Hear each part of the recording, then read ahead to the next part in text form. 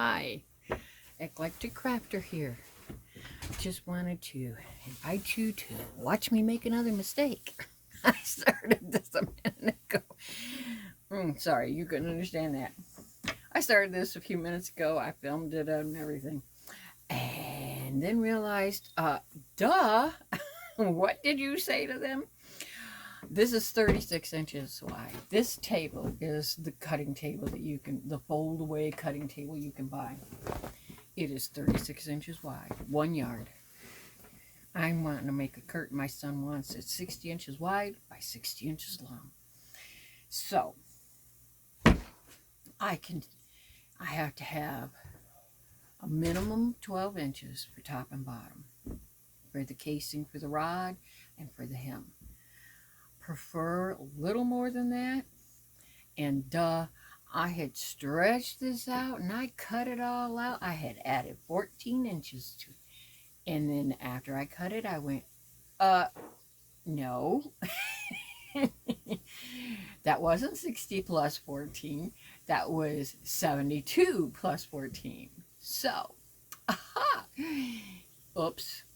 So I've got 2 1/3 yards cut over here. This, what is remaining, luckily I had planned to make a couple pairs of pants. What is on this? Well, isn't that something? Huh. I don't know. It's been there for over a decade, so whatever. Anyhow, so if I can do it just like in the fabric store, get it up to here. If the fabric store is nice, they go past a little. I love getting home and finding out, oh, guess what? They can't cut straight, which is about impossible for anybody to do. And the fabric, it'll pull on the one end. So you might have it right on the ends next to you, but the other end is slowly pulling that way. So now there's an angle. And if they're cutting on the opposite end, which is what happens when they're cutting their fabric, they got the bolt way off this side, and then they cut from the opposite end, and I always end up with an angle going like this, and I just lost 2-3 inches of fabric. Great, thank you, you cut it wrong. Anyhow, so that's one.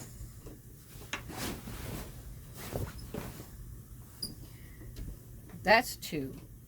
So that gives me my 12 extra inches. And then I have a piece. So we're just going to go with that. Let's see. About 5 inches. Extra 5 inches on there. By the time, oh Lord, by the time I trim it up even on the bottom, I got to iron it all out. Get all these wrinkles out. It'll only be a couple inches extra. And that is the beginning for my curtain. And now, this curtain, I make these panel curtains around my house. So easy. Nowadays, people don't pull their swags back and all that kind of stuff. They don't do toppers. They don't drapes. Okay, when we first built, we're back. I almost forgot to film this. I've already done the tie. Where did I set it? Behind me. All right. That's my halfway point. Bent so that, you know, I won't forget to sew it on there. Nice long tie. Thought about doing some cool things, but he just wants a tie. This is my son's curtain, so he gets it the way he wants. So, that's all been pressed. This is heavy twill. Nowadays, I think the twill is a little lighter weight, but this has been packed away in a tote.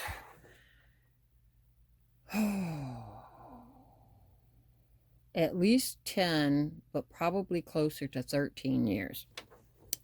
Yeah, so, yeah. Did find out that I really got to play with this machine some more, because it just wasn't moving it through, you know, in the heavy spots. And I already put my Viking up for sale, which would sew through the heavy stuff, because I bought a fob. My last fob would, you know, it sewed like butter through everything. So, definitely going to have to practice on this. But anyhow, this camera is actually in a rather awkward spot. So, I've never filmed running the camera before. Let's see. Or filmed. I've never sewed while running the camera before. I'm going to, yeah, the wrong end. Sure. Let's just start out backwards. I want that seam. This is the edge. And I just do a small one. I know usually curtains have a deeper hem. They also usually have lining. I do these nice simple curtains, and it really is enough. Now, this sewing machine, very new to me, so there'll be a lot of starts and stops. But I'm only going to, I'm going to fast forward through most of it, I imagine, as soon as I figure out how to do that part. Now, they say you don't have to hold this. I wonder if that's true.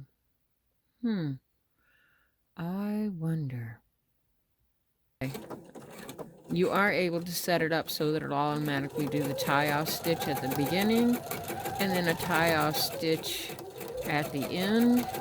Since I can't move my needle, I'm moving my fabric, so right there on my foot is a line, and I just keep my eye on that line and keep sewing.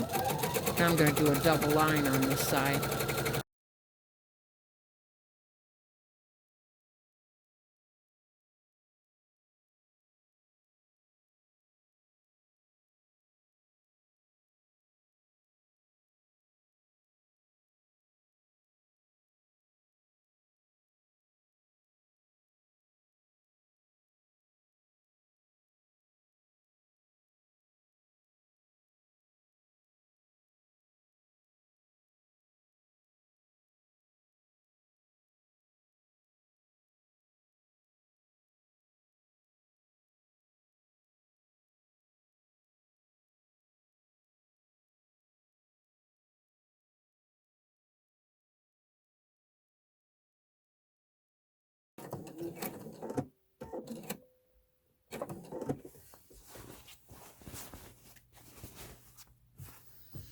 Okay, this is the top. This will be the casing pocket. There will be a header. I call it a flange. I don't know if that's from olden days or just some stupid thing I started calling it. But it's only going to be a 1 inch. And the rod is just a small, like 1/2 inch rod. I had picked it up for the last curtain, so I know what he's got. So I'm not worried about the pocket being, big enough for a 2-inch rod or anything. And it's just for a bedroom, lightweight rod. It will be strong enough for this, but probably just, he's got it anchored. It'll be fine. But I'm going to sew down this top piece, the edge, so that there's no slipping of this. This is the raw edge. I no longer use my serger. Done with that. Gonna sell that too. Because of the simple fact that threading it about put me over the edge. My vision isn't what it used to be, and I don't know what I was doing wrong, or it could have just been the thread was really old. Probably the thread was really old. But I would thread it, start sewing, and the stitches weren't catching. I don't know what I did wrong.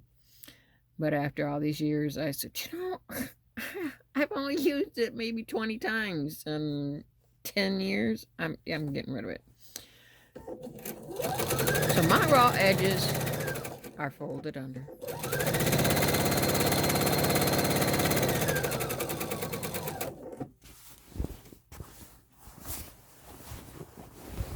This probably drives some people nuts. This is the way I sew. I sew for a distance and I readjust.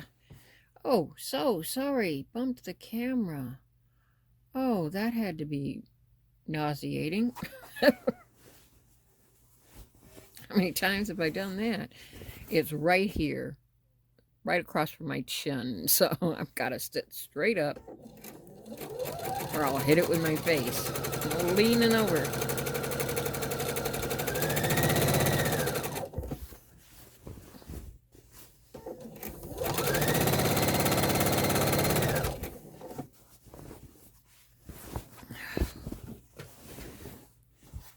When the boys were little, we lived in a mobile home, trailer, manufactured home, whatever you want to call it. It was a trailer. It was a metal box. It got very, very hot, and we lived there for 12 years. And I had to sew in one tiny corner of the living room, so I could only sew either after the kids were asleep or in the morning, like between breakfast and lunch, maybe.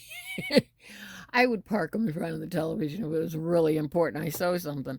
But I can remember many sleepless nights sewing because, Halloween one year I made them Teenage Mutant Ninja costumes, and these were full on big stuffed heads, and their faces were actually under the heads, kind of a thing. I have a big stuffed turtle back, and then there was the stomach plate, and it was cool. And then underneath was just some green sweatpants and green sweatshirt. Nowadays, you'd never find the green.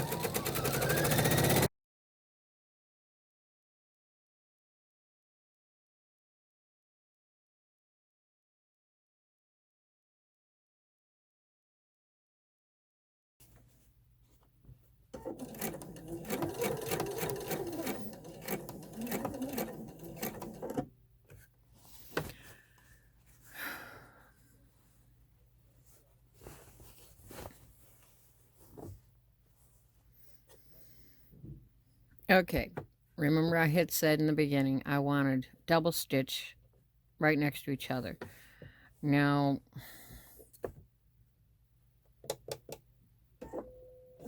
supposed to be able, there we go. Let's move this over. There is a line back here. That'll be my line. I put this on right away. That's my 1/4 inch seam for quilting.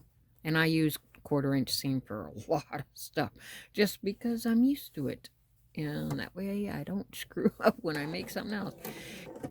If you make clothing and you want to switch to a 1/4 inch seam, just remember if you're using a pattern, you got to trim that a little narrower. You got to still do the 5/8 inch seam and then cut it off or cut inside of the seam line because that pattern is made for 5/8 inch.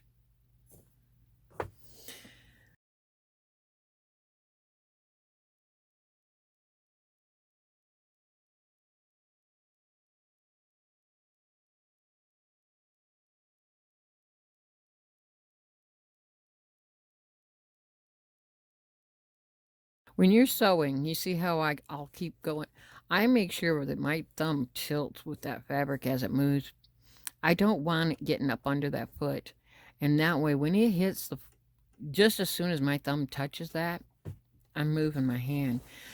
My stepmother worked industrial sewing when I was a child, and I can remember her having to come home a few times. They made sails for sailboats and no safety features. We're talking in the 60s. And she would be buzzing along, and you had to go as fast as you could and sew right through her thumb. And then, of course, she'd have to go to the hospital, and they would wrap it all up, and she'd come home. And the next day, she was right back at work because, you couldn't miss work then.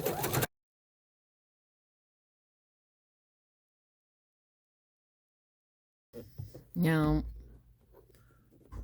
I am going to see right? That's where my hem is. And all I'm going to do is catch it at the top. I leave this open. I can stick weights in here to hold it down. Your drapes usually have some kind of weights in it, and that will keep it hanging properly. I'm going to show you how to hem for that. even though I'm not going to use any weights. I don't need to.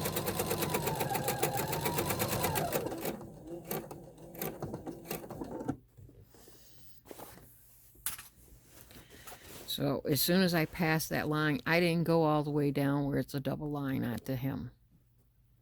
Somebody wants to get so particular that they get down on the floor and check that. So be it. I can feel that under my finger. The edge under my finger. I have to sew slower as I go through the hem so that I can keep that line that you can't even see, I don't think. I'm trying to make it show. So that I can keep that line right at the edge of that. This foot has a clear space, and I will use those as guides a lot of the time. So I'm using that as a guide for my finger for keeping that right where I want it.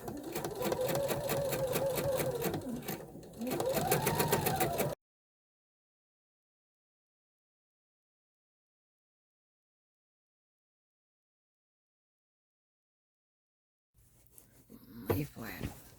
I don't want my hem curling.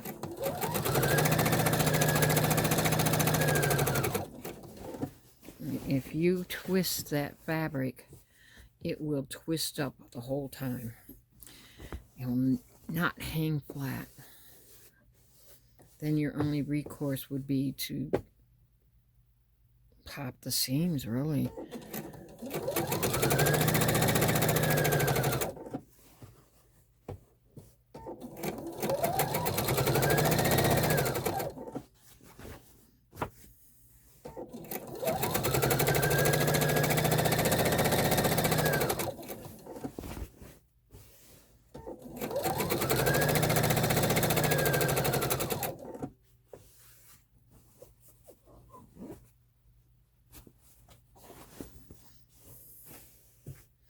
Forgot to tell you at the beginning, and then stopped, and I might even cut that parts out because it's so much just sewing.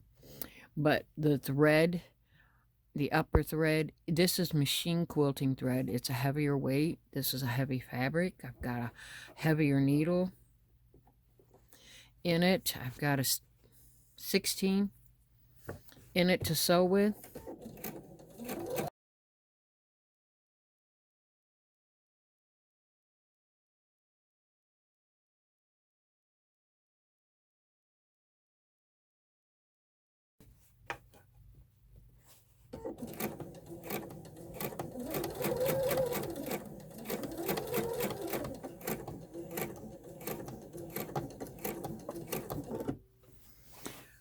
Okay, if that's the bottom hem, this is the left side. He wants that strap on the left side. And normally I would just have this off the machine, but since I would probably bash the camera to do it, I'm going to sit here and bounce fabric in my lap.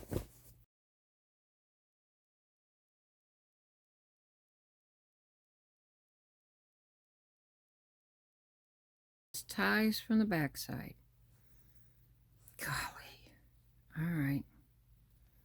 Back side. It's going to always pull. You know what? Let's angle it slightly.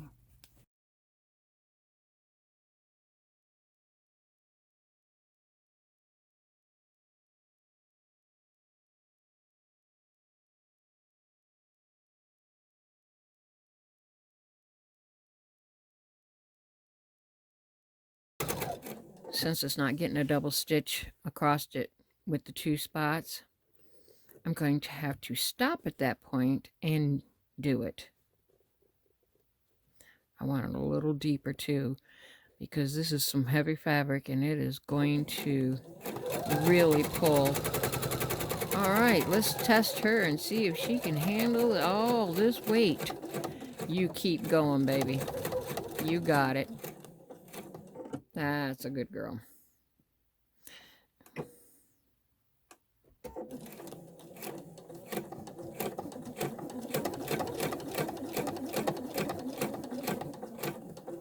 Of course, I went off my line. I always go. That's all right. Whatever. I just wanted to tie off for a second.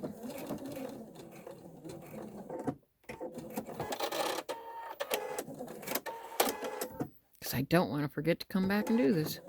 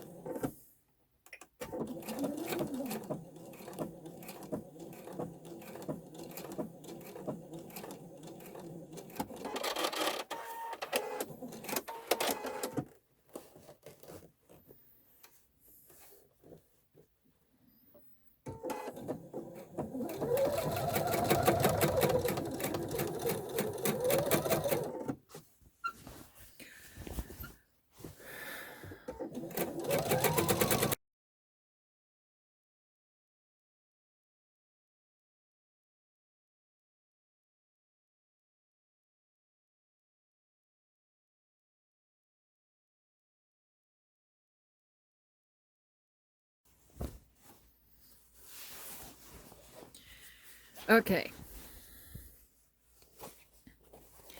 This is the top part. 1 inch. See, that is all. We're going to go with that one. Because this base plate. Nope, that is one. That one back there is one. But this is just a hair under. We're going to use that one because that one is closer to me. And in actuality, that one will be easier for me to line up with as I'm just so buzzing along. If you have a line too high up here, your eye's going to keep drifting over to your needle to see what it's doing. You want a spot. This is why this is way down here. When I'm sewing, if I keep track of that, as it goes up, for me, it stays on line better. But at this point, we have to find our edge, sew down the bottom one. Because if we don't get that bottom one sewn down first, second, it'll be cockeyed. We don't want it cockeyed.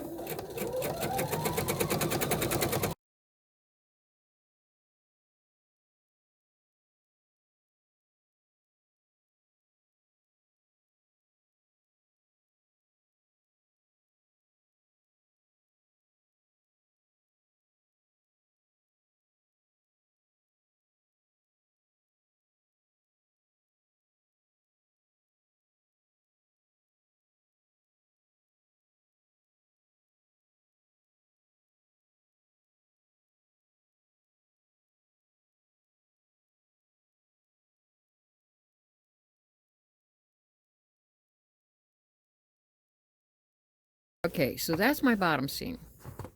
Where the weight's going to pull, though, is at the top.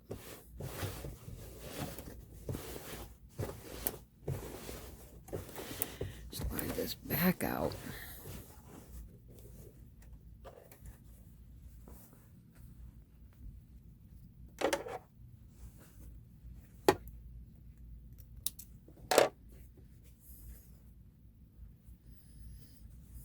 Got it quite close there.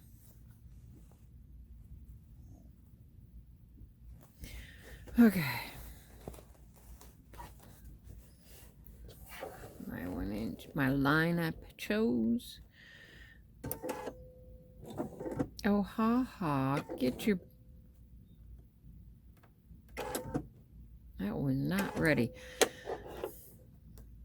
Machines can be very sensitive. Don't rest your foot on your pedal.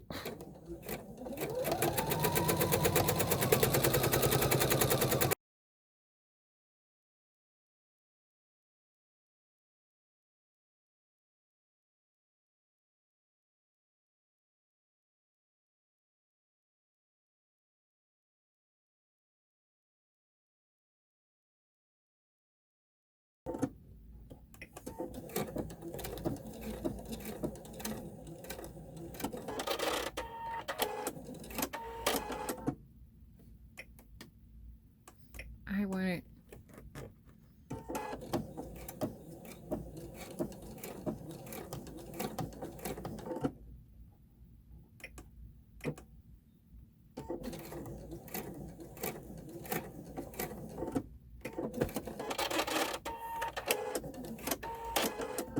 I just wanted to go over that edge one more time. I did the same thing on the other end. You get a lot of pressure on these, putting rods